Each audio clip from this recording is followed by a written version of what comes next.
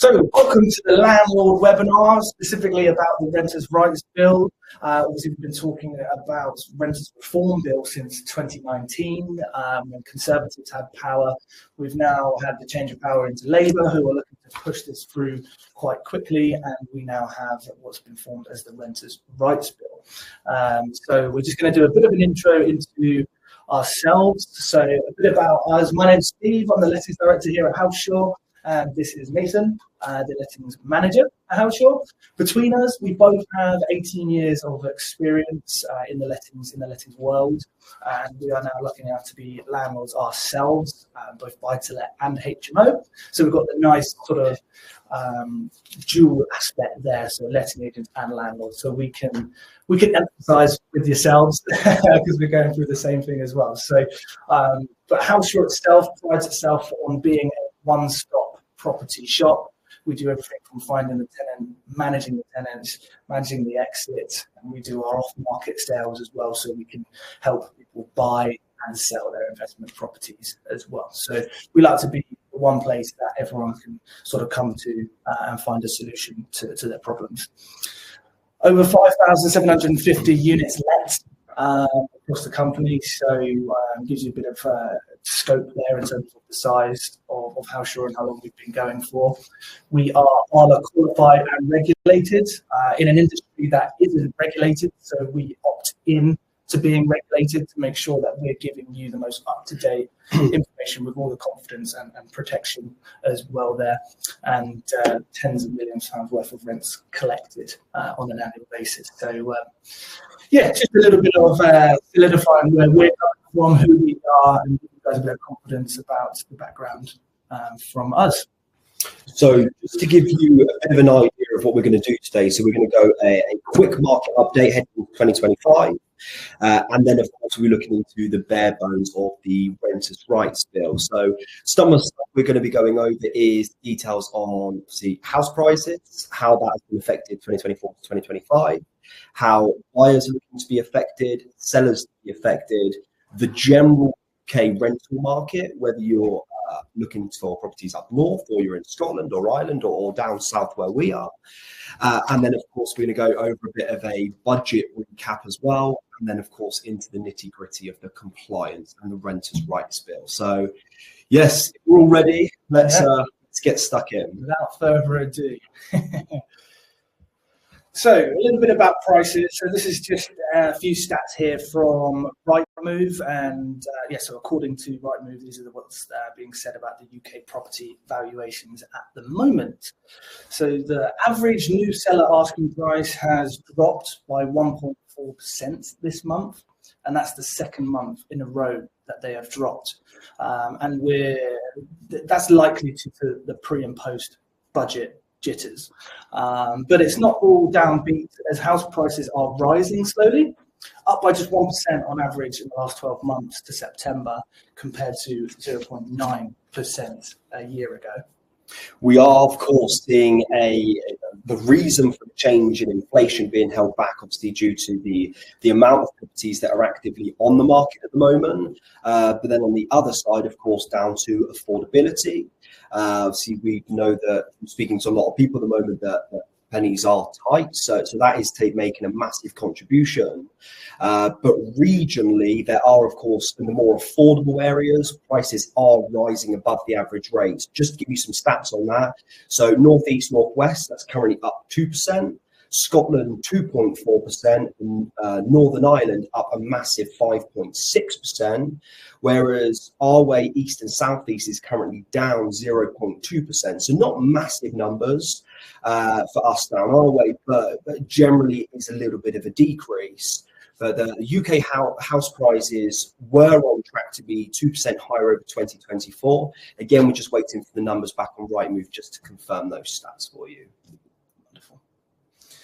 So buyers now, and just a few points here on how buyers' activity is affecting the market. So buyers have been benefiting from the lowest mortgage rates in 2 years, which has been really good. In 2024, the Bank of England base rates were a second cut of the year, down to 4.75%. And first-time buyers were the largest buying group of 2024. accounting for 36% of all sale transactions in 2024. So quite an interesting stat, that one, which was closely followed by home sellers buying on with a mortgage at 31%. So yeah, close behind on that one. Now, moving over to the cash buyers, a mix of mortgage-free homeowners and, of course, cash-buying investors at 27%. But the smallest number with landlords with buy-to-let mortgages, a very small proportion of the market, only 7%. Oh. So why are there more first-time buyers than buy-to-let landlords? So there's a few factors on this one. More from the buy-to-let investor rates were hit by higher mortgage rates, meaning the homeowner rates were more competitive. Rapid growth in rents and decline in mortgage rates have shifted the renting versus buying dynamic. You've got an example of that. Yeah, we whilst doing our due diligence, we came across a stat which, to be fair, we were very, very surprised by. So the average mortgage repayment for first-time buyers right now are 17% cheaper than renting, compared to just 2% a year ago. It's crazy difference. Yeah, I thought that was a massive stat when we sort of read into this. So first-time buyer numbers supported by landlords that are, of course, selling properties. As it goes, generally, previously rented properties, of course, go to market. Some investors looking for quick sales are happy to take deals, which, of course, that's when first-time buyers are just coming in and buying up as much as they can. So it's a great opportunity for them as well, of course. So landlord sellers then, that's why we all here, we're all landlords to some description. The landlord sellers make up 12% of the marketplace, which is quite a lot if you think about it. And that's for a combination of reasons, really. Tax changes, higher stamp duty and relief changes, higher mortgage rates. A lot of landlords are coming to the end of their fixed terms, and those variable rates shooting up and costing an arm and a leg, which was sort of crippling in a lot of cases, forcing people to have to sell. And increased legislation, creating complexities in the private rental sector, which again, why we're all here, joined by that topic, definitely. So a couple of reasons there. And out of those, that sort of 12%, 40% of those are going back and sort of regenerating and staying in the private rental sector. So either to new buy-to-let investors, which of course, back to that, are either cash buyers or of course our mortgage or our mortgage buyers, or they're withdrawing and not selling, maybe priced too high, whatever it may be, that's then going back to reletting again. And then the other 60% of the 12% are going to home seekers, which of course, mainly first-time buyers. So as kind of expected there. And that's the vicious cycle, adding to the supply and demand problem that we're having. If 60% of our private rental sector properties are going to homeowners, then there's just less supply for renters. So just adding to that vicious cycle. A brief outlook for 2025. Looking ahead, we feel it will remain resilient and positive activity will keep confidence in the marketplace high. Especially with mortgage rates as well anticipated to drop again throughout 2025. So speaking to buyers on a sort of day-to-day basis, I know a lot of people are chomping at the bit, waiting for that next announcement to be made of what the base rate may do, et cetera, et cetera. But they're currently averaging 4 to 4.5% at the moment, which is definitely better than the last 4 to 6 months ago. So a little section now on the UK rental market, a review of the trends really in the private rental sector. Heading on to the next one. Key points and overviews. We're still far above pre-pandemic levels, but annual UK rental price inflation has now slowed to 5.4%, which another huge stat here is nearly half of the growth rate recorded just a year ago, which is 10.2%. And we expected it to slow to 3 to 4% by the end of 2024, but we're just waiting for those stats to come out. Yeah, and like sales, rental growth is, of course, more affordable in affordable areas. but lower in more expensive areas such as London, etc., etc. That's where we're really seeing stuff sort of starting to slow. So demand and competition, it's still a sustained mismatch between the supply and demand, which we've just touched on. The supply for new homes for rent is rising, however, it's still down 24% versus pre-pandemic averages. So demand is cooling, but it remains solid. So demand around 50% less than 2022, but still more than double than pre-pandemic levels. So yeah, some serious stats there. I think 2022 was a crazy year, wasn't it? For sure, absolutely. And with the Zoopla currently reports an average of 21 inquiries per listing, where we go back to when it was the crazy 22 sort of pandemic madness in the rental world. We were looking 40, 60, sometimes up to 80 inquiries per property. So yeah, it was absolutely nuts. So a bit of an outlook and consideration for landlords. Cooling rental growth environment, as we just said, we're not quite hitting that, that exponential growth that we had 6 to 12 months ago when rental prices just shot up. That I think we're seeing that cool down a little bit. Certainly not jumping as much. But there are still opportunities out there for landlords, obviously, as well as other challenges, which we're going to go over later on in this presentation.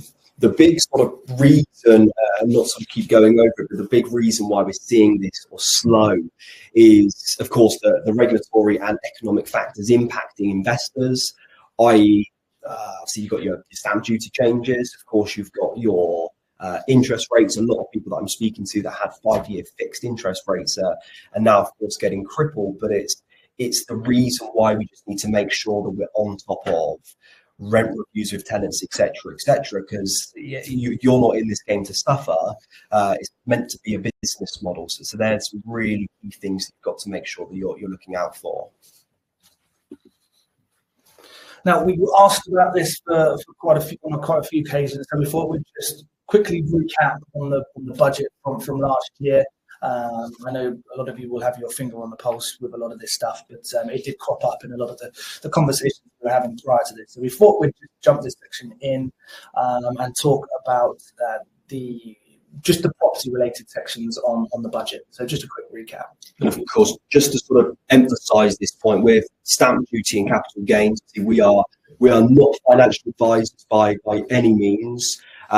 We have just pulled the data that we've been requested to pull. So we've got all of the details. But obviously, if you are looking to seek further advice, of course, if you've got someone yourself, then please do obviously contact. Or if you need help directing to the right places, then do reach out. You're more than welcome to. Bit of a disclaimer there. Nice. Absolutely.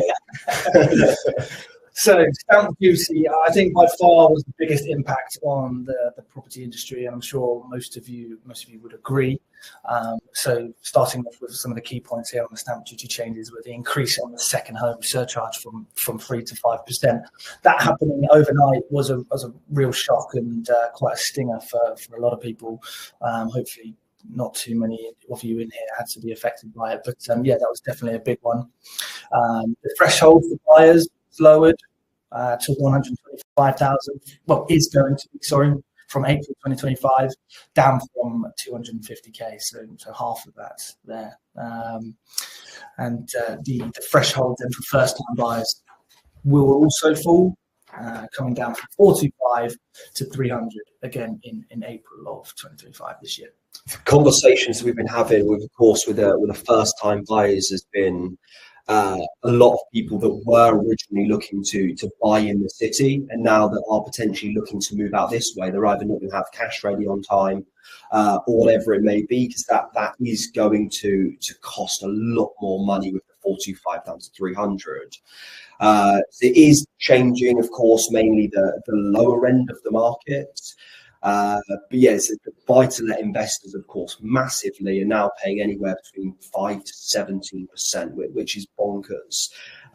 That's, of course, including your second home surcharge and, of course, your standard stamp rate as well. So, yeah, pretty expensive at the moment. And with anything, when landlords are up against it with plenty of costs, it just trickles down to renters again, doesn't it? So adding to this vicious cycle that we keep mentioning. Capital gains tax. So I think this was a big one. We were all expecting this one to change. There was quite a lot of anxiety and stress around this particular case, but thankfully, no change to property transactions occurred in the budget, which was great. So it stayed at 18% for basic rates and 28% for the higher rate taxpayers. But there were changes that applied to assets other than residential properties. So they increased from 10 to 18% for lower rate taxpayers and increased from 20 to 24% for higher rate taxpayers. Inheritance. Absolutely. So no change in inheritance tax, which, well, until 2030, so they said it was going to stay the same. And currently, so how's that running at the moment? Currently, the first 325k of property values can be inherited tax-free. And this raises to 500 grand if passed on to direct descendants. So with the direct descendants, that's either that can be child, or of course that can be sort of grandkids as well. So that is also, it's not just child, which obviously does open things up a little bit more. And then of course moves up to $1 million if passed on to spouse and then inherited by direct descendants. So that's definitely some potential savings to be made there. So that may be a conversation for a specialist as well, just to sort of plan out in the future, of course. Mm-hmm.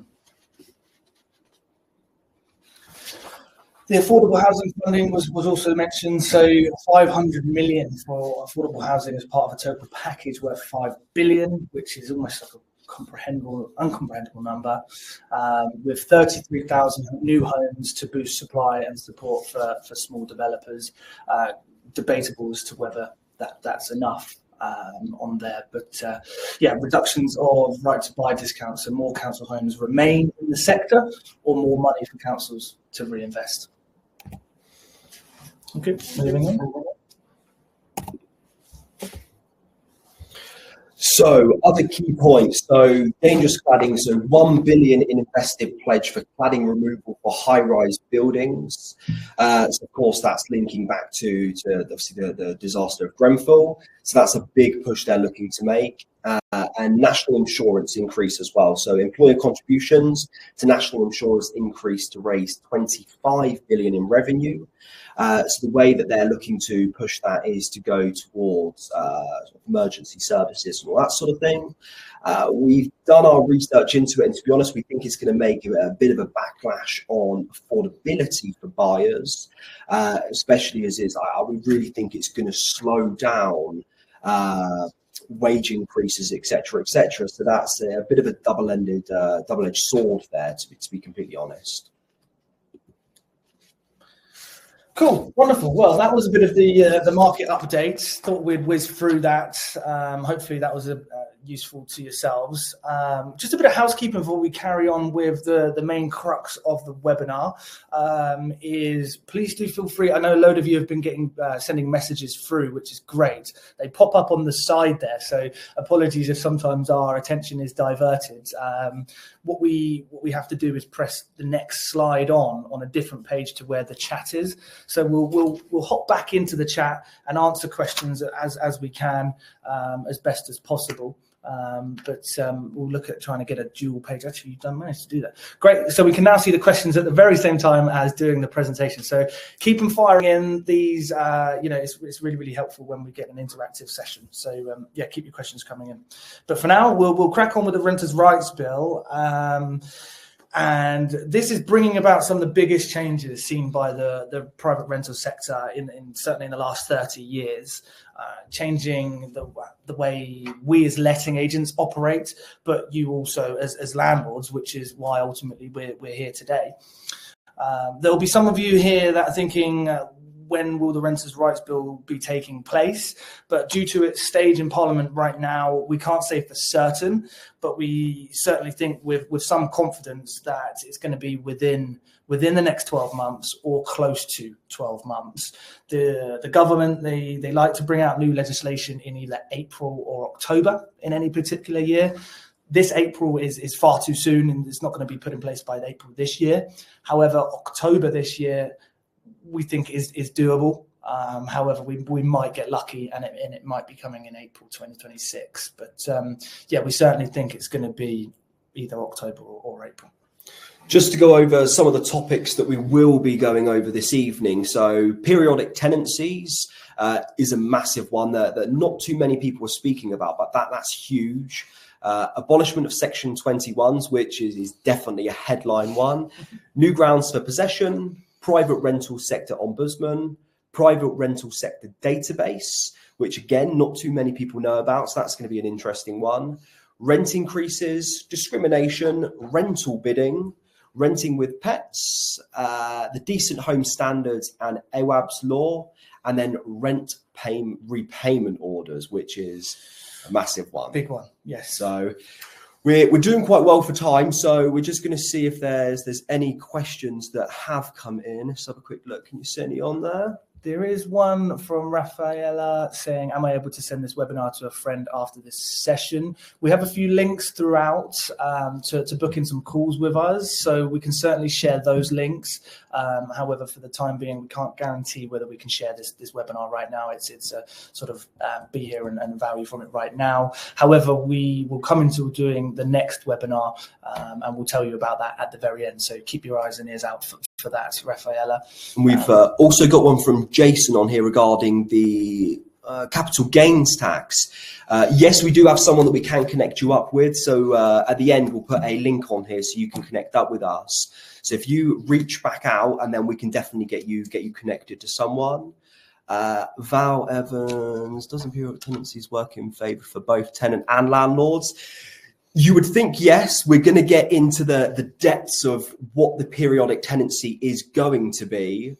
So yeah, we'll go into some serious depth on that a little bit later on in the presentation. Just to answer that question, we will be moving on to the next section, which is that. But I don't think we cover it in the points there. But the only way I can see it affecting tenants negatively is sometimes when tenants can't afford to move in, we look at getting the rent up front for the full term. They settle the whole term in one go to prove their affordability, because maybe they've got a few credit check issues or something like that.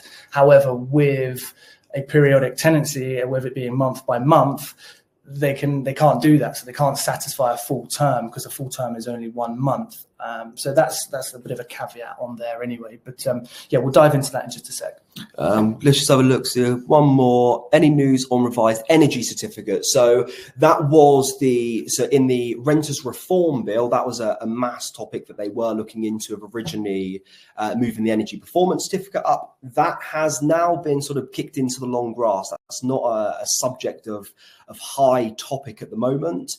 That is going to be something they do look into, but as of now, that's not something that we're talking about on the renters' rights bill, and it's not something that's been mentioned in number 10. So positive for the moment. What we'll do is we'll jump back into the presentation. I know we still got quite a few questions coming through, but yeah, if we fly through as many of these, and we'll keep jumping back onto the questions as we go, if that's okay. Yep, some of them are coming through for some of these topics, so we'll cover those hopefully, or at least address them when we're covering those pages. So, I was quickly still that. Is there any chance you can show capital gains pages again, just really quickly? Yes. Do you want to answer one other question while I could get this one back? Absolutely. I have a tenant who pays 6 months in advance. What is the notice period I need to give them? Could you be more specific in terms of what notice what is the notice period I need to give them? So after the Renters' Rights Bill comes into fruition, then it's just going to be 1 monthly contract. So they're going to be periodic, so monthly, 1 by 1. So it'll be a month's notice if you mean to evict. Great stuff. Right. I'm going to head back now. I hope that was enough time. Let's give you another sort of 5 seconds to take a photo of it or grab some info off there if that's all okay. And let's get moving on. Right. Let's do it. Right. Here we go. Right. Periodic tenancies. This one's for you, Val. So removal of the fixed term tenancies will be looking to happen. So no longer will we have any fixed term contracts, and all tenants will be periodic. So tenants can give notice from day one, effectively. So the way of which that this will work is a tenant's notice period will need to be, as Steve said, in line with the rental period. So they can serve notice on day one. That notice will then not come into effect until, say if they pay the rent they move in on the 1st, next rental payment's due on the 1st, the notice will not come into fruition until the next rental date. Then a 2-month notice will be served and the tenant is then able to vacate. However, flipped on its head, you as a landlord trying to serve notice on the tenant, if you're A, looking to move back into the property, or B, try to sell the property, you will not be able to for a 12-month period. So the tenant will have a 12-month protected period. The only time you'll be able to get them out is, of course, if there was antisocial behaviour, which, of course, we'll go on to a little bit later, not paying rent, etc., etc. But yeah, that's a massive change, I think. So it's no more 6-month short let tenancies whilst you're looking to get a little bit of cash in and then sell the property. Unfortunately, that is no longer going to be the case. The tenant moves in, it's periodic from day one. You've got a 12-month period to give them, whereas they can be out within 3. So big change. All good on that one? Yep. Nice. So what if you suddenly wanted, I'm just reading a question here that's popped up. What if you suddenly wanted to sell?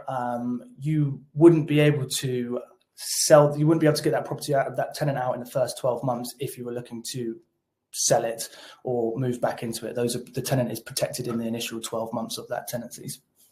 With the, I've just seen another question come in, Val, and obviously I know your situation, of course, what it is you do. Obviously, we know each other anyway, but yeah, it's going to be a difficult one, even with lodgers, because you're going to fall under same sort of agreements.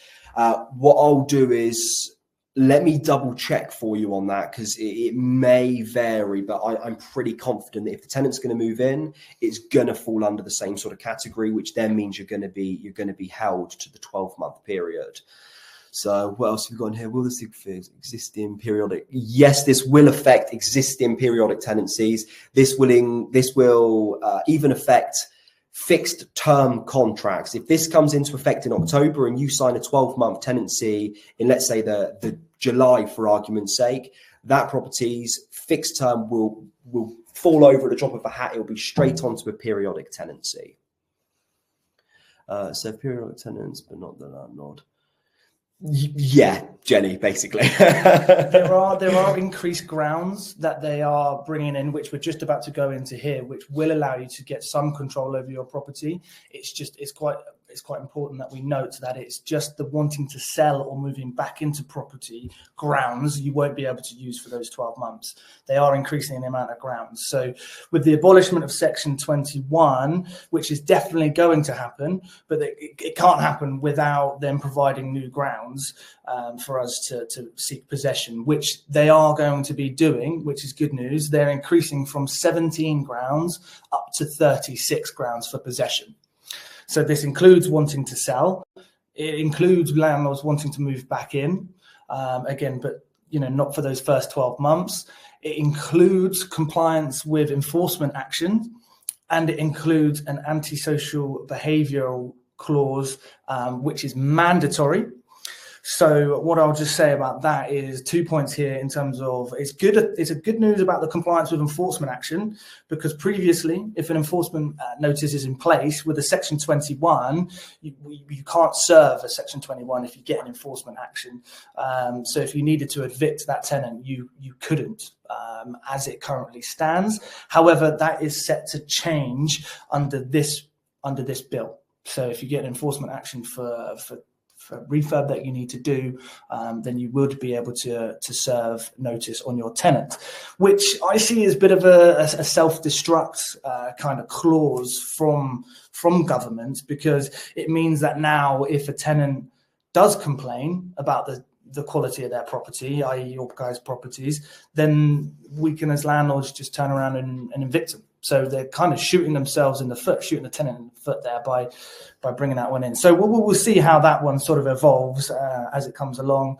And with antisocial behaviour, currently we only have it as a discretional ground. So making it mandatory will then also become a lot easier to get possession back. However, the discretionary ground is still staying as it is. So this leads us to believe that the mandatory clause for antisocial behaviour will be more so around criminal behaviour, so domestic violence, that kind of stuff, which absolutely here for. We'll see how those things go on. So all of these new grounds for possession, they carry different notice periods. All of them, apart from this antisocial behavior, so all of the above mentioned ones, apart from antisocial behavior, carry a 4 months notice period. So I would urge you, we can't go into it now, each of the grounds, as you can imagine, 36 is quite a lot, but I would urge you to go away and do some research on each individual notice period that's appropriate. It is a key point to mention, though, that antisocial behavior will be I believe only the only ground that will be immediate. So you serve notice, you can then apply directly to courts.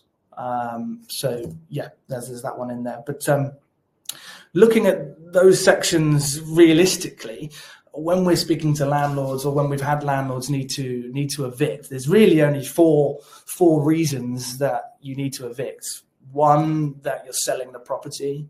Two, that you're moving back in. You've got a pain in the ass tenant, or you've got rent arrears. And to be fair, with how the bill is looking, you can still evict on all those 4 reasons. So we're here to kind of say, don't fear the abolishment of Section 21. You do still have powers to seek possession. It's just changing. With the most used, should I call it, ground for a late paying tenant is, of course, the ground 8. So rent arrears previously, so a tenant would need to be in 2 months worth of arrears. From then, you would, of course, be able to serve notice, serve your Section 8 on the tenant. You then wait 14 days, and then, of course, you'd be able to apply to court, which would then you try and go for a possession order. That, however, is being changed. They're now moving that from 2 months to 3 months. And frustratingly, they're changing it from a 2 weeks, a 14-day period itself to 4 weeks before you can apply to court, which is very, very frustrating. But of course, as Steve was saying, dependent upon what it's for, then of course they're going to give different grounds. With them extending it to 36 grounds, it's not just going to be people giving Section 21s out like nobody's business. It's going to make it more specific, which means then that the notice periods will change. So if anyone needs any more clarity on that, so we're more than happy to speak to people separately and go through if they may have a nightmare tenant or whatever they have, that we can help assist, give you some knowledge of best way of dealing before, of course, this stuff sort of starts going ahead.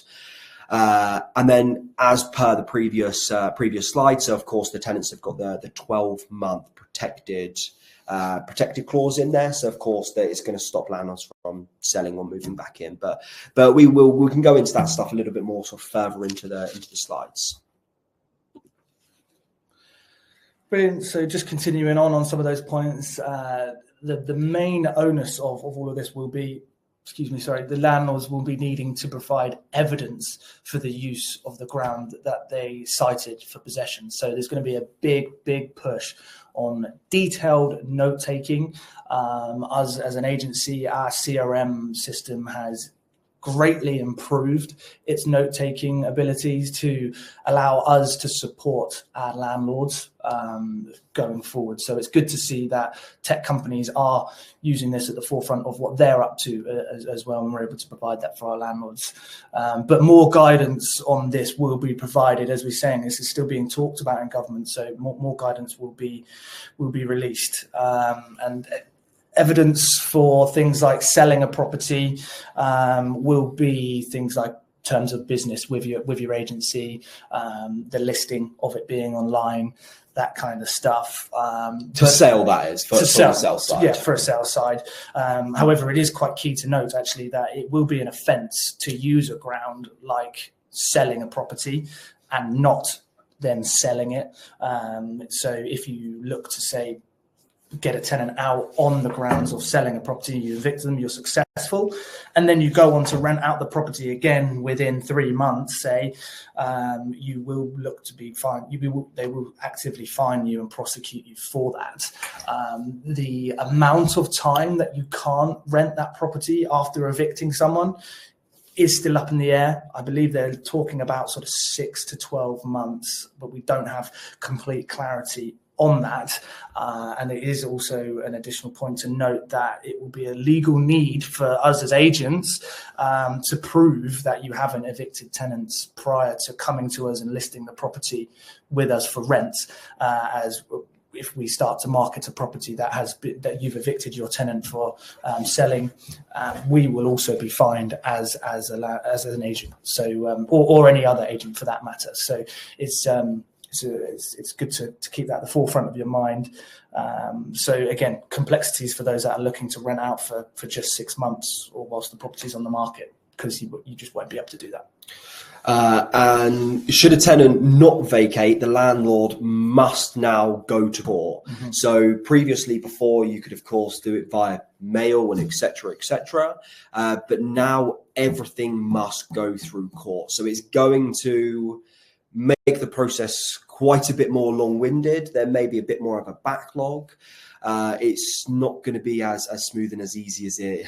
Smooth and easy are two words that don't go with evictions, but yes, as painless as they should be, it's obstacles are going to be put in the way to make things a little bit more difficult, unfortunately. Mm-hmm. We have quite a few questions coming through. Should we try and tackle a few of these? Yep, let's do it.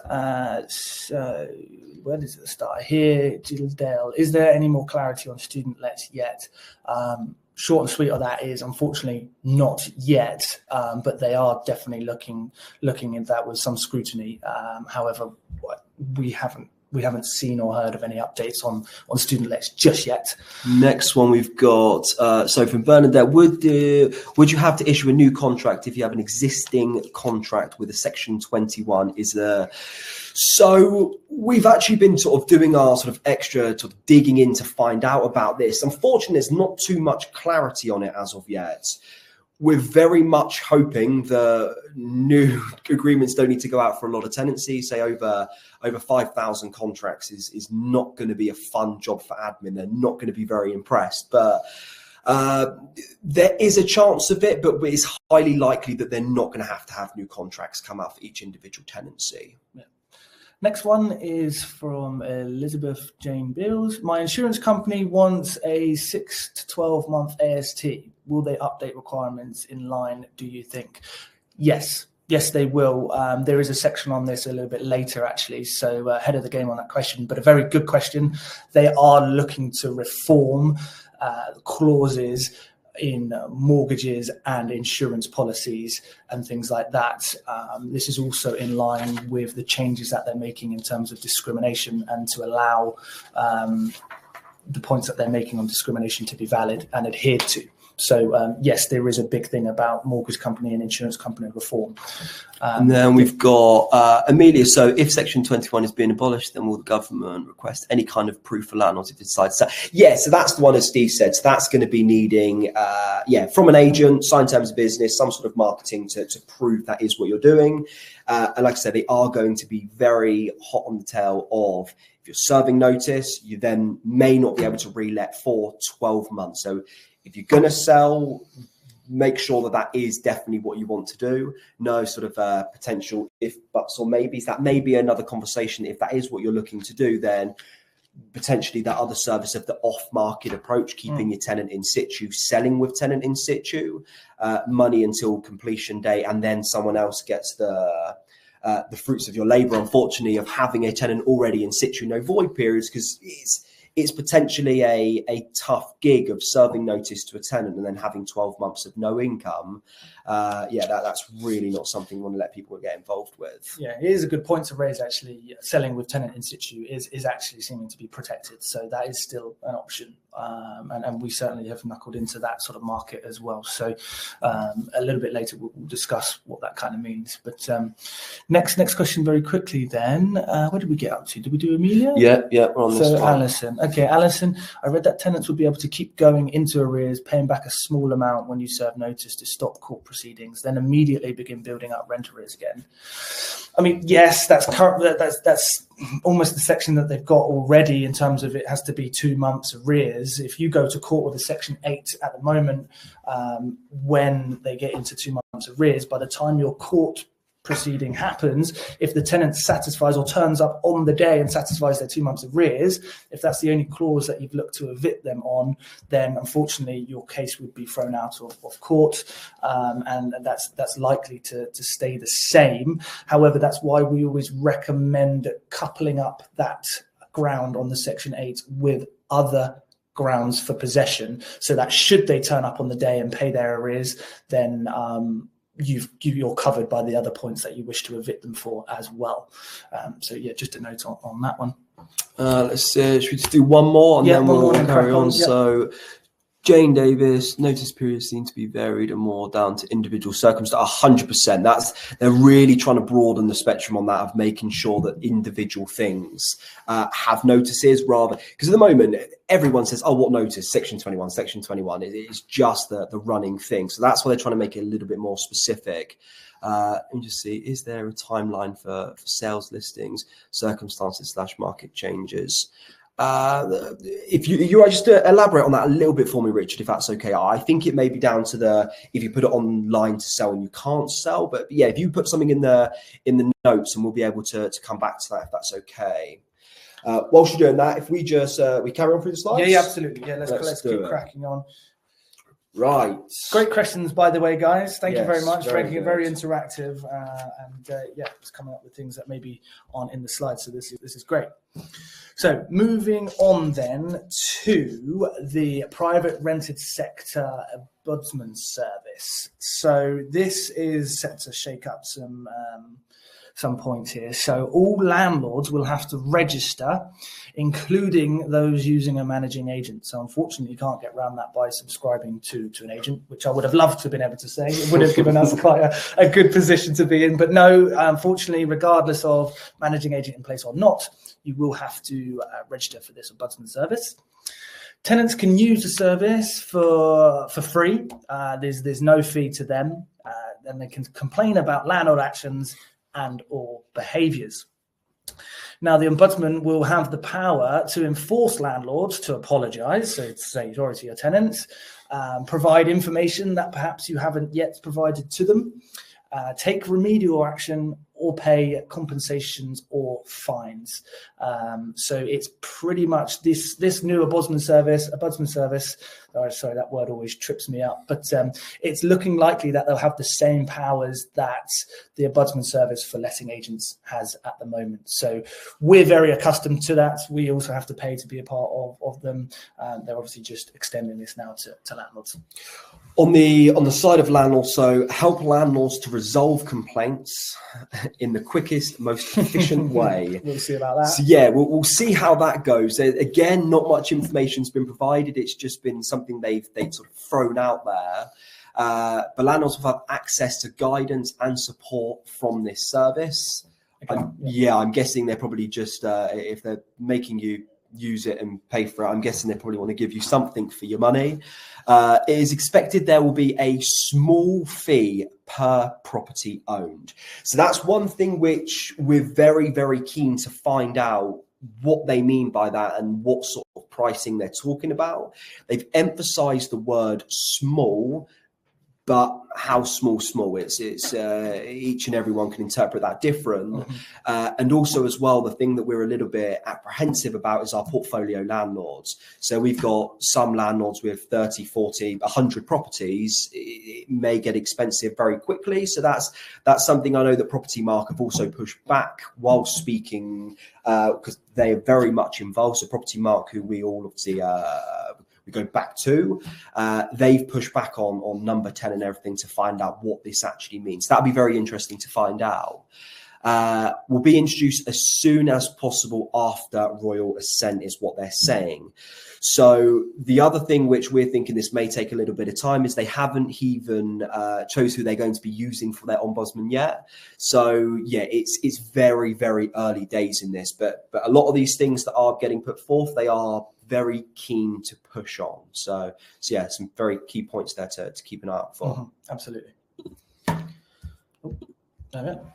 Cool. So as with anything, there are penalties to not being adhered to the ombudsman and such like that.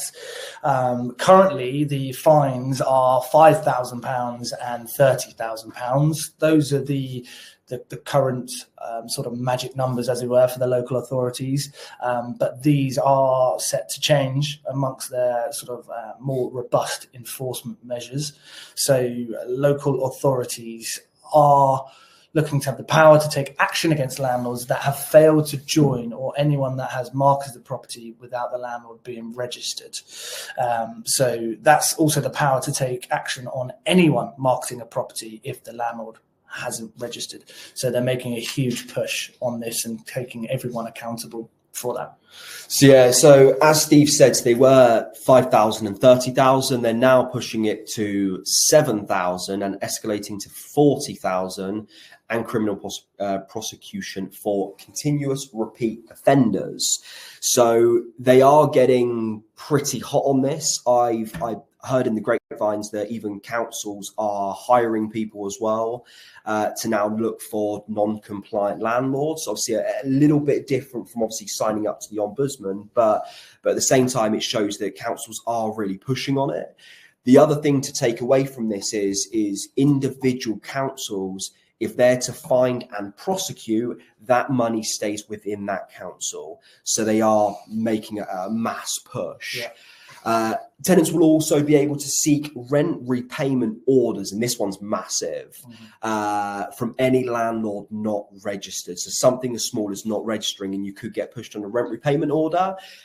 If you're not too sure what a rent repayment order is, that is going to be, so that's our last slide this evening. It's a hot topic, mass topic. Worth sticking around for. Yeah, for sure. So yeah, we'll go back onto that one, but that's huge. Right, next slide. Yes, the private rental sector database. So as well as an ombudsman, there is a database as well. So the database is for landlords and the properties as well, the landlord's property, versus the ombudsman, which is just for landlords. All landlords and properties to be registered by law.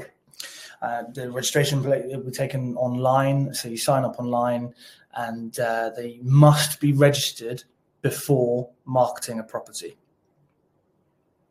And if you're not on the database, if you're not on this database and you look to serve notice for eviction, then you simply won't be able to until you are on this database. So again, they're putting some high level sort of authority on these, so you won't be able to seek possession unless you're on said database. So again, they're pushing the access to guidelines again, but we'll have to make sure that we see what comes through on that. I've just seen, Philip, your message pop up at the same time. When is this database live? Again, it's very all up in the air. These are just what we've been hearing off the back of when the Commons speak about it. These are the things that they're really, really pushing on. They've kind of emphasized it in the way that these are non-negotiable terms. This is what they are looking to do. So yeah, and they're also then pushing that there will be a small fee to register as well. Again, Val, I just saw your message. No, this is not just for HMO landlords. This is for every landlord. So, Yep. So mass emphasis on that. Every single landlord. It's quite a good point actually that you bring up licensing. So yeah, it's like you say, not just for HMOs, definitely. And then also last bit on that. So it's agent and landlord. If there's a non-compliant agent or a non-compliant landlord on this database, it will be a site which anybody can view. So rogue landlord, for argument's sake, and if there's stuff that starts getting on their page, should I call it, it is visible to everyone. So again, rogue agents, if they start getting stuff on their page, everyone's going to be able to see it. So things like this, okay, fair. I think I kind of agree with it. It's going to make sure that everyone's following by compliance. Compliance is there for a reason, of course. I get that. It's got to protect the tenant. They've got to be safe within their property. So yeah, it's just one of those that it's going to be a very visual sort of process that they're bringing in. I've seen a question here from Simon just to say, will there be a tenant version? Which is a great question.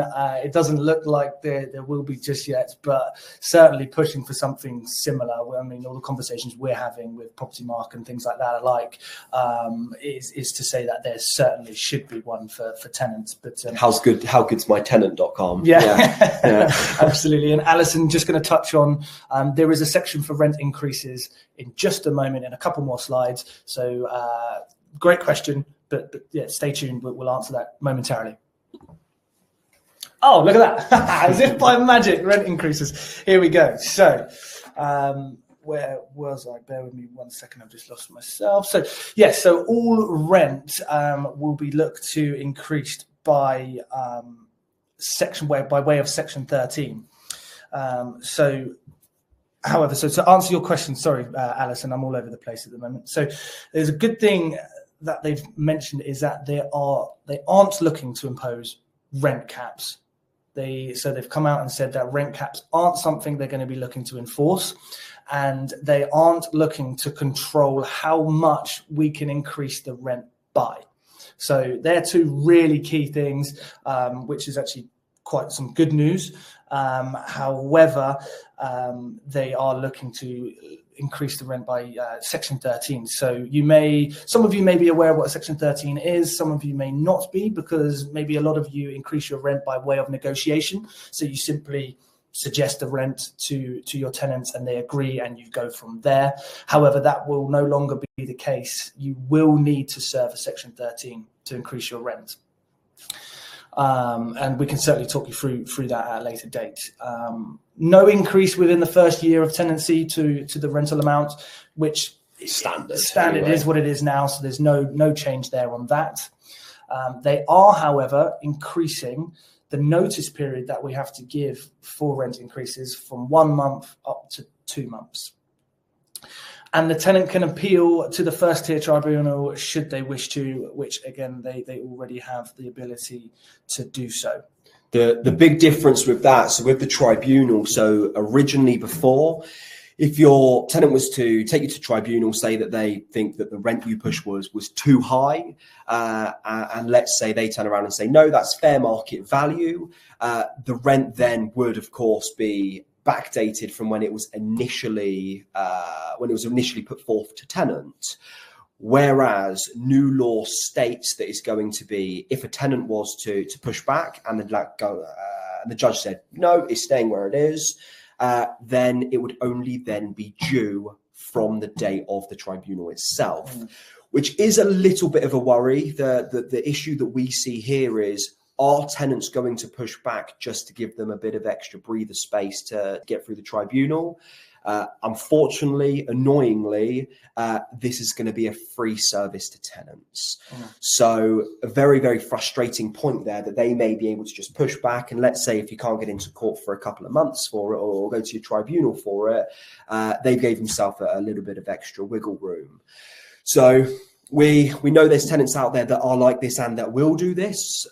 We're hoping you don't have tenants like that. But if there's anything you'd like to ask separately on that or to go through rent increases, then let us know on that as well. Just a quick one on that one, if I may.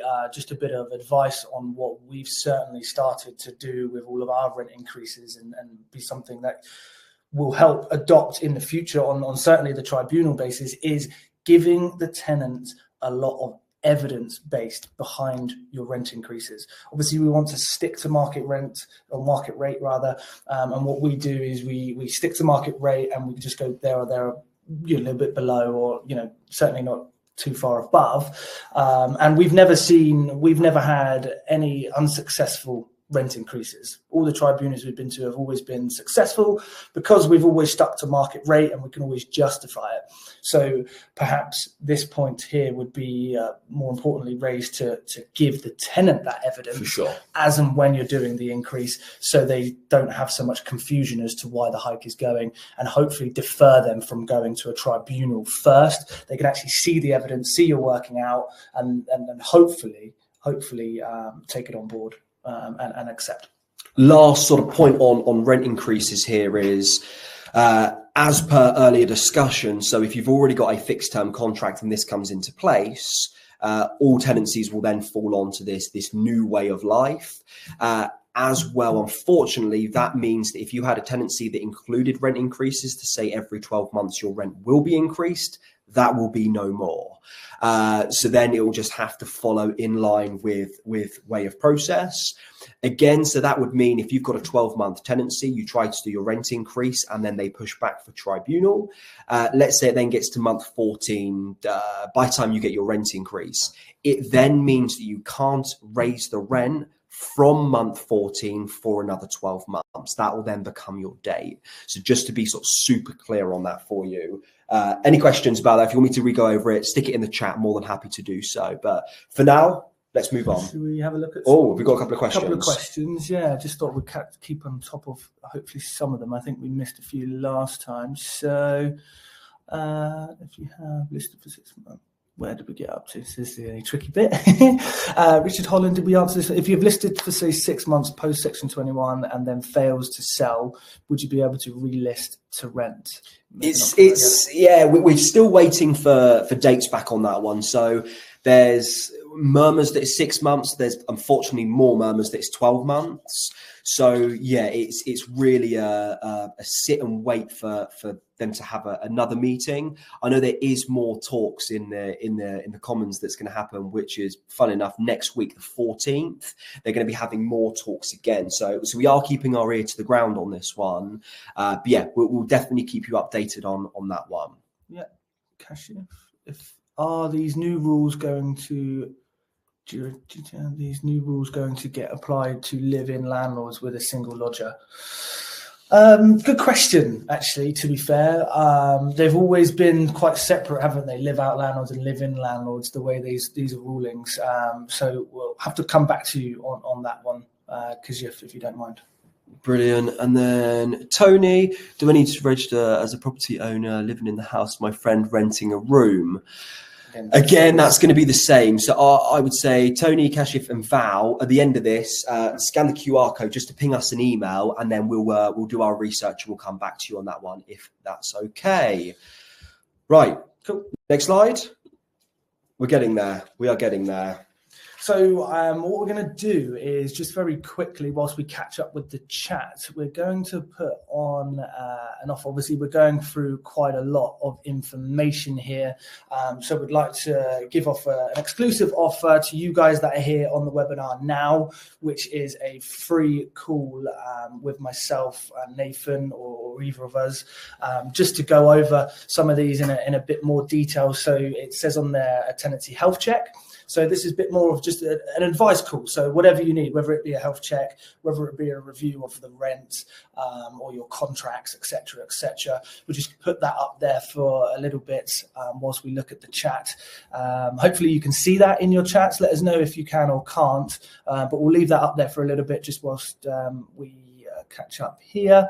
Like I said, it gives you an opportunity to book in directly to our calendars and have an advice chat. So I've just seen a good one here from Ranga Villas. Let's have a quick look at this one. I have a leasehold flat and my freeholder isn't good at responding or resolving queries. How does this impact me if I'm unable to resolve my tenant issues on time? Also, is there any news on leasehold abolishment bill, please? With that one, I think they're gonna whip the cosh with everyone. So whether you're a director of the build, whether you're a freeholder, whether you're a leaseholder, they're really squeezing everything. So this should really start speeding stuff up. As Steve said earlier, it's going to be one of those big points of please make sure that everything is documented. In the new way of reform, we need to make sure that everything's documented, which is then going to, of course, be your not get out of jail free card, but get out of jail free card. So that's going to be your big one. Leasehold abolishment? Leasehold reform, there is a lot coming out on that. We don't have particularly any more updates on it. We certainly don't have any on this presentation, but we can keep our ears and eyes to the ground for that one for sure. And then I've got another one on here. Amelia's just sent through. I've got another one from you, Amelia. Let's have a look what this is. Might be a silly question, but how do I find out what a fair rental amount is? Very, very good question. If you just ping another message, what area are you in, Amelia? And just a point on the book a call, please click the arrow to see the offer. So you just need to click the arrow there to open the offer up and be able to link straight into our diary. No, you're fine. Aylesbury. Well, we're in High Wycombe. I live in Aylesbury, so very easily at the end of this, scan the QR code, ping me an email, and I'll be able to tell you a now up-to-date valuation for your property. No problem at all. Raphael, can you please repeat the last point? We've gone over so much. What was it regarding? Rent review clause, potentially? If it's the rent review clause, that basically means if you've had a current tenancy, if you've got a tenancy that's a fixed term, it will then, of course, move into periodic. It's just what's going to happen. If within your original contract, it said that you were able to raise your rent whenever it may be, that will not anymore be that. If I can get my words out, that will no longer work. The way that it will be is every 12 months, as long as there's obviously no back and forth with the rent, that is when you can raise your rent, but you will be on a periodic contract. That is it. I hope that answered it. If not, ping me another message and I'll go over it again. Cool. Right. I think we're up to speed on all of those questions. So thanks very much again, everyone, for putting those in. We're nearly there. Keep with us. Keep with us. We've got still quite a lot of good information coming out. So, prohibiting rental discrimination. So, a lot of the bill is heavy on discrimination on this side of things. So, it will now, or they're looking to bring in, it will be unlawful to discriminate against tenants on benefits and or with children. So, you can't get a call from a prospective tenant and say no to them purely because they're on DSS or universal credit. Now, we're not saying that's not saying you have to accept benefits, but you simply can't decline them because of benefits. And it's simply sort of a worded how you approach the decline of an application, and it would be more so on an affordability basis rather than the fact that they're on DSS or universal credit. There are also other options in terms of children where it's appropriate to say no. So there's a workaround. So for things like where there's blocks of apartments where it's 55 and overs, it will be appropriate at that point to say no to children. So there are some suitabilities where you can get around that, but certainly clamping down. We know there's a lady nationwide that's going to agents and calling them up and asking will they accept her because she's on universal credits.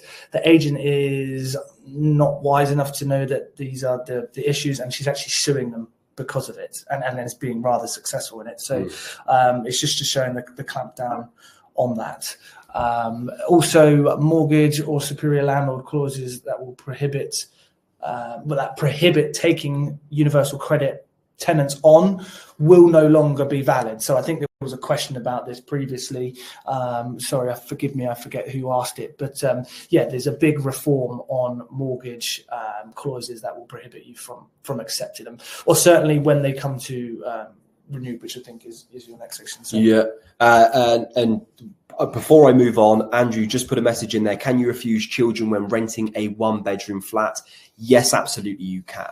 So the properties, of course, have to be to their means. So you wouldn't be able to, of course, you could happily refuse a husband, wife, and 3 kids moving into a one bed. Yes, you absolutely can. So that would be a fair thing to say there either be a single occupant or a couple or whatever it may be moving in. So yes, that's absolutely fine, no problems at all. So in insurance clauses that basically say that you can't do stuff. So if it was to be, if there was insurance products that were to say you weren't able to move housing benefit tenants in, which there's many insurances that do. If you have an insurance that lasts for 12 months and it goes over the time of when this new bill begins, that will be fine. That one will be able to ride out. But as soon as you need to either renew the policy or get a new policy, that will no longer be able to fly. So then you'll have to be open to all sort of kinds of tenants. But again, it's a mass thing to sort of reiterate here that as per the earlier slide, it's what, 21 applicants per property that are coming through. You should have a reasonable pick of the bag. And of course, most like things, it's going to come down to an affordability for the property. So that is still something that you can push back on. If someone doesn't meet affordability, you can say no. So please don't stress about that. You're not forced into any corners or having to take any tenant on that puts their hand up that says they want it. That's a really good point, actually, that Richard asks the question. If you have multiple applicants with one tenant on benefits and the others in working / better credit position, would this be okay? If you've got multiple applicants on a property, then yes, great. That gives you an opportunity to go in a different stream. However, you cannot give the reason for going with the other applicant as that applicant A is on universal credit and applicant B is a working professional. You can't advertise a property saying we can only accept working professionals, because then that is discriminating as well. What you have to do is it has to come down to an affordability issue.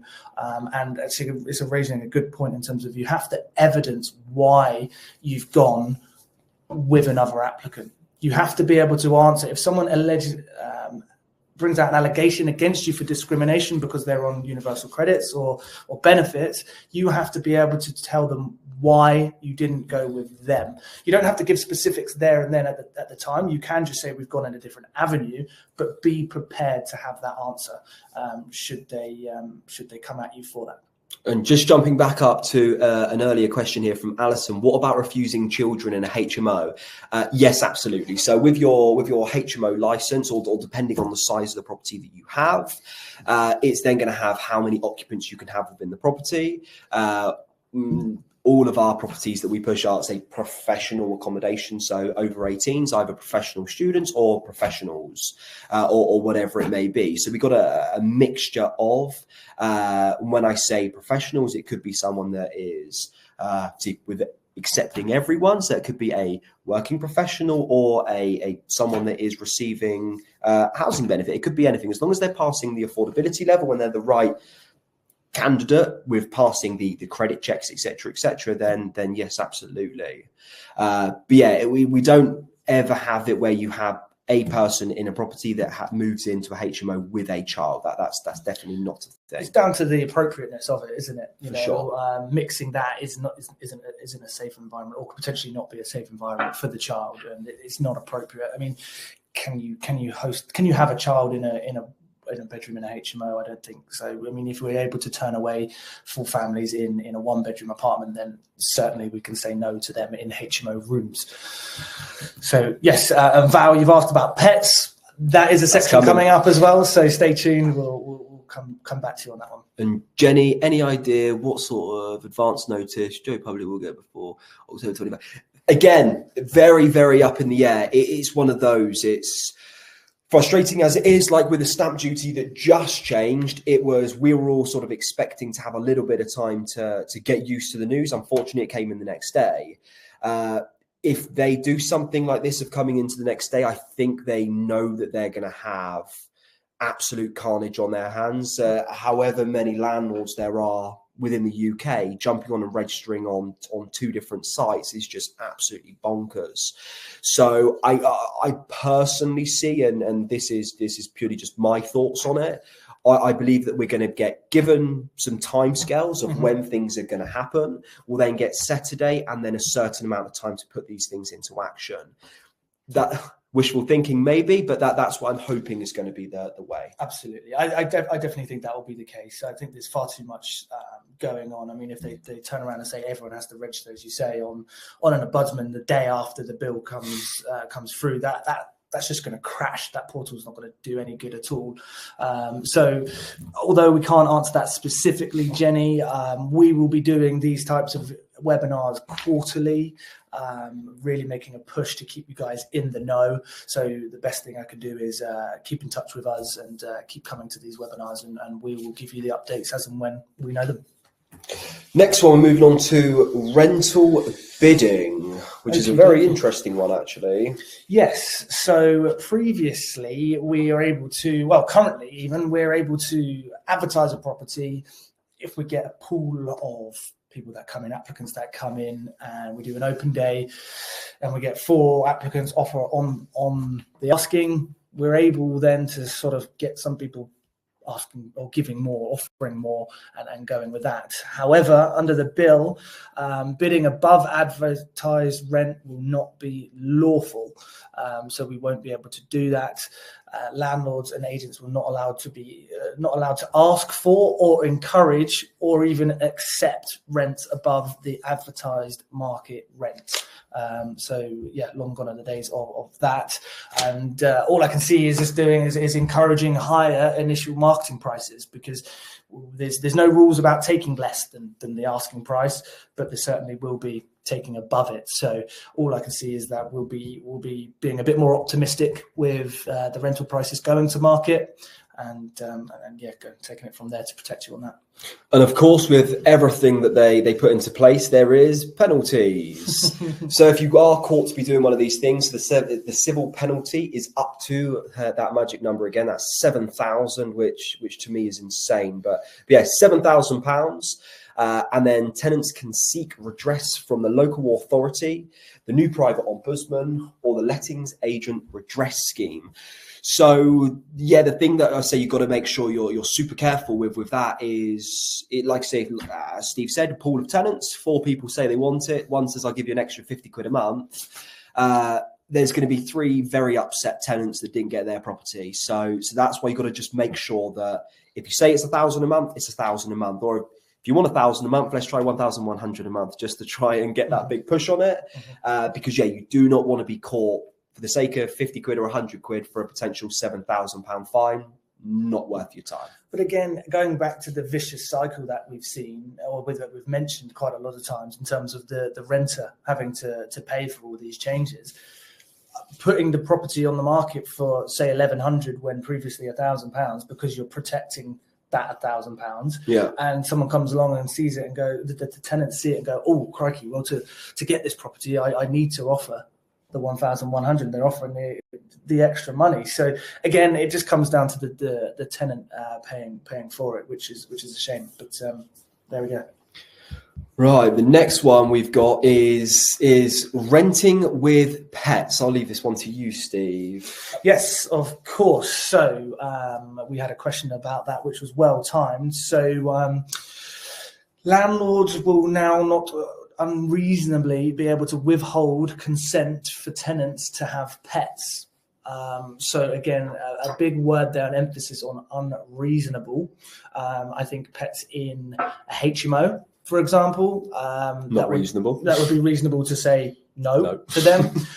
Things like being allergic to the hair of an animal, I think would also, we're looking at that is going to be sort of reasonable excuse. But landlords can, as part of the bill, insist on pet insurance.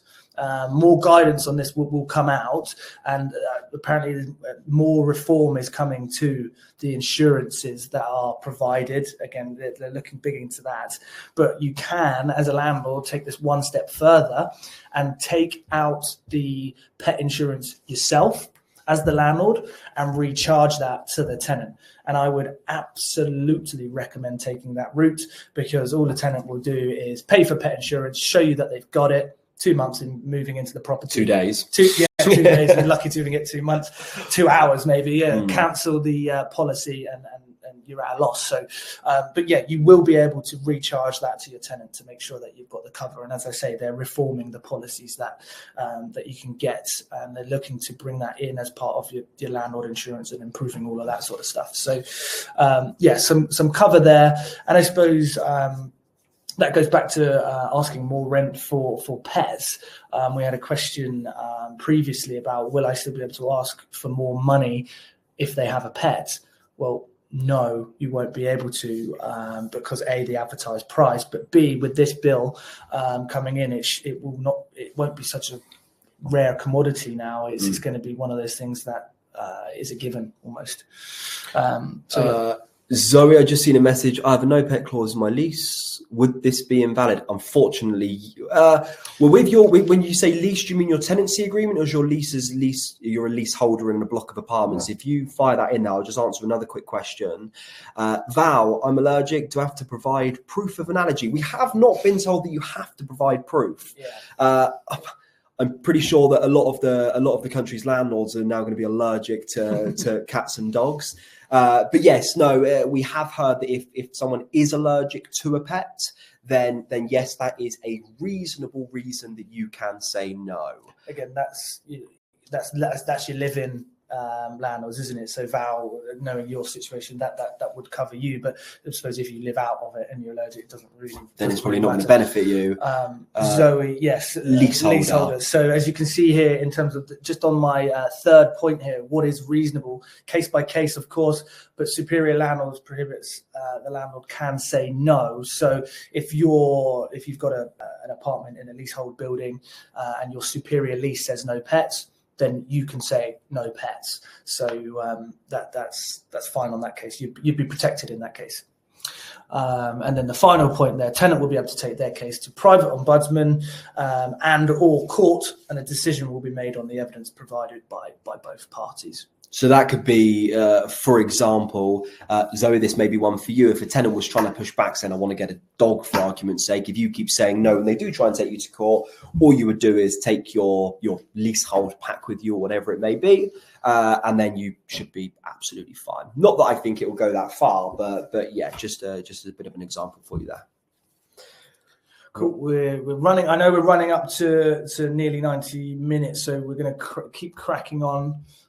Thank you very much for staying with us, guys. We do really, really appreciate it. We only have a couple more slides left. I think we actually have probably 2-3 slides left. Yeah, so, and then we're done. And then we're done. So yeah, I know we're running a little bit over, but we're nearly getting there.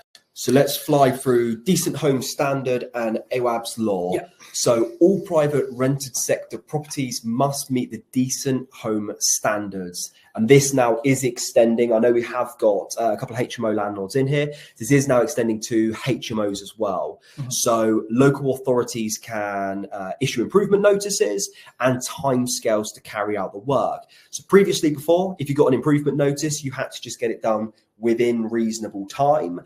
Now they're actually putting timescales on it. So that's really something to look into.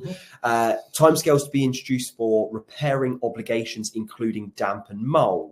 So the big argument with damp and mold, and the thing is, it's unfortunately a proven thing that 90% of mold within tenanted properties is tenant lifestyle. Unfortunately, we've been pushed back on that can no longer be an excuse. You can't do tenants' lifestyle. They hang their clothes up on a radiator. Unfortunately, they're now pushing back to say that there needs to be things in place to try and minimize these risks, i.e. You could have sort of air bricks, or you could have, what else have I got trickle on here? Yeah, trickle vents or extractors or XYZ, whatever it may be. These things would need to be in place to show that you're obviously trying to help the property. So that's really something that we need to sort of take into consideration. And also, if they're hanging clothes up on their radiators, is it because they haven't got a tumble dryer, they haven't got a condenser dryer, or whatever it may be? So that's stuff they are sort of starting to push back on. And again, unfortunately, Tenants can take their landlords to court or seek redress through their private ombudsman, which obviously they're all going to have.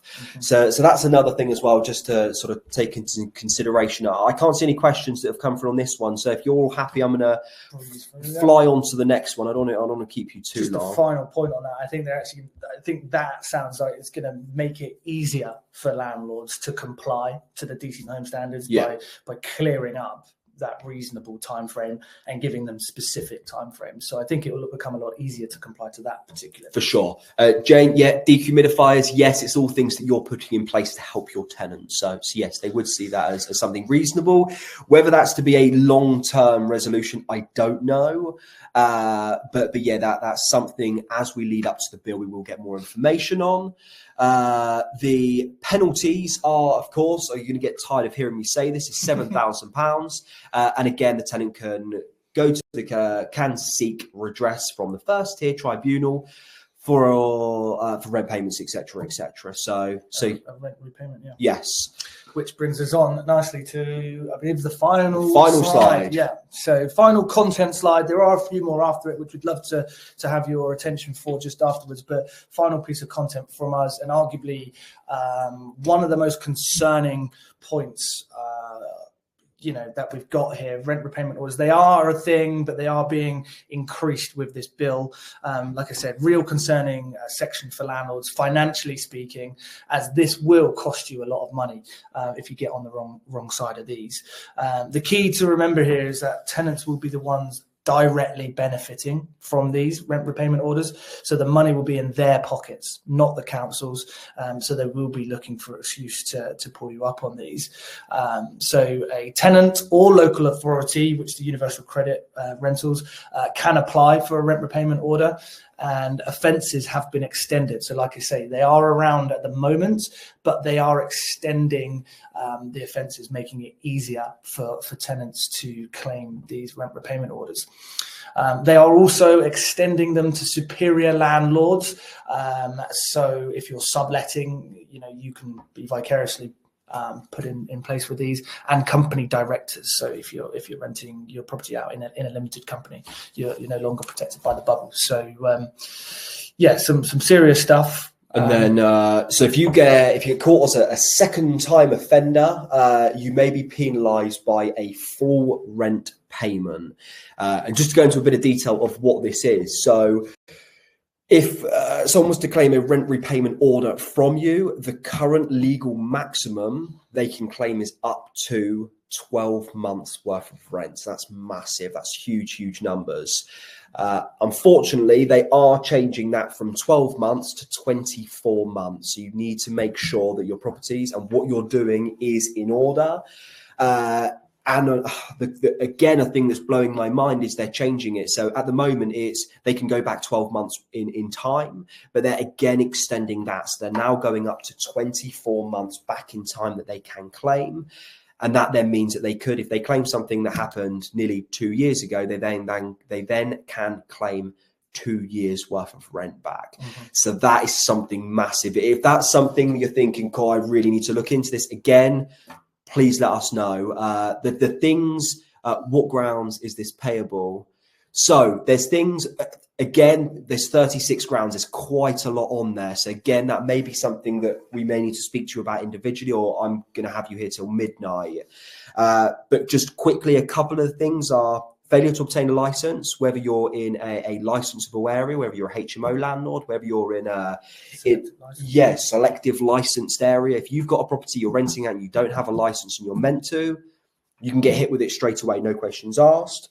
Illegal eviction, done are the days where you could turn up and put their stuff in a bag and leave it out the front door. Absolutely not. They will, potentially have you up to 2 years worth of rent back, and failure to comply with the housing standards. So that goes back to the question on the dehumidifier.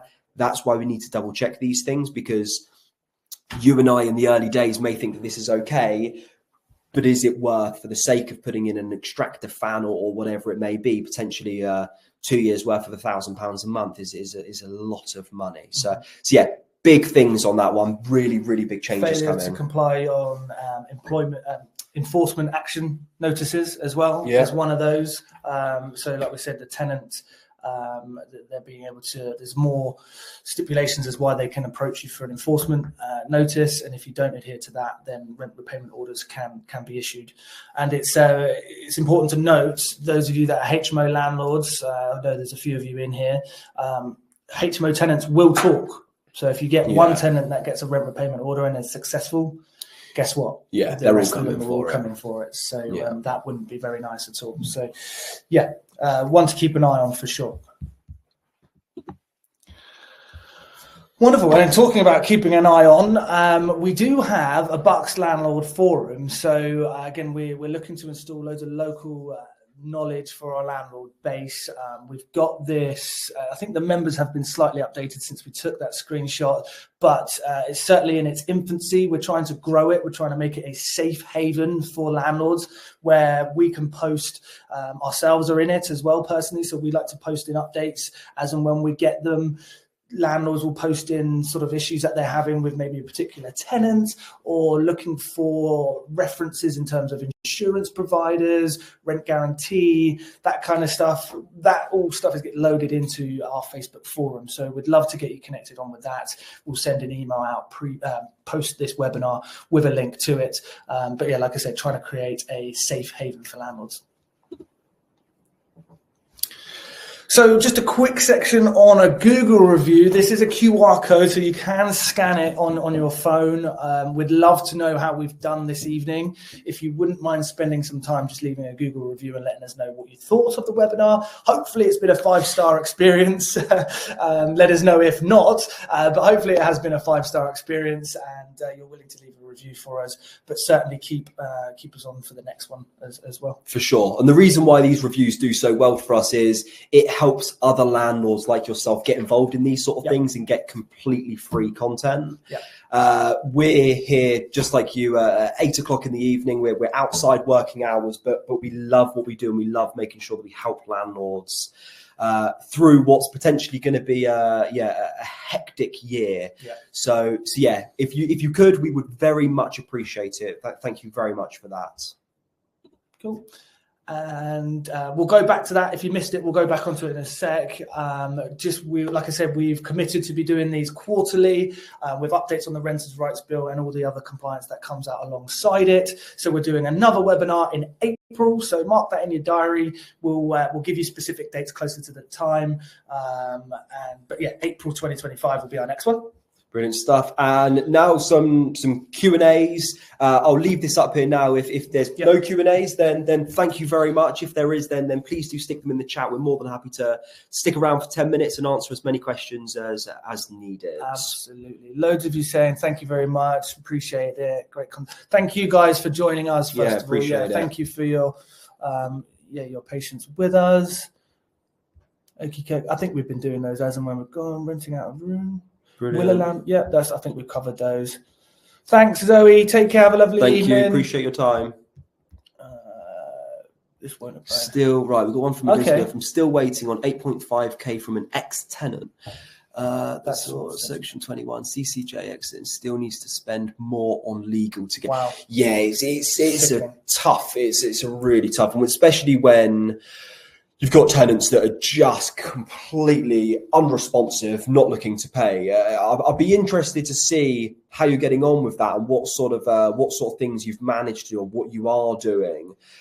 So it might be quite good for us to sort of put our 2 pence in. Elizabeth, if you're still here, ping us a message. We'd love to have a little chat with you and see if there's anything we can do to help you out on that one. Someone said, can we email the link for the booked call? Thank you for those. It looks like a couple of you have booked in the call, but yes, we can email out the link for the booked call as well. And likewise with the Facebook link as well. But other than that, guys, it doesn't look like there's many more questions coming in. So feel free to enjoy the rest of your evening. Thank you very much indeed for coming along. We really appreciate it and hope you took a load from it. See you soon. Have a good evening. Take care, guys. Thank you. Bye-bye.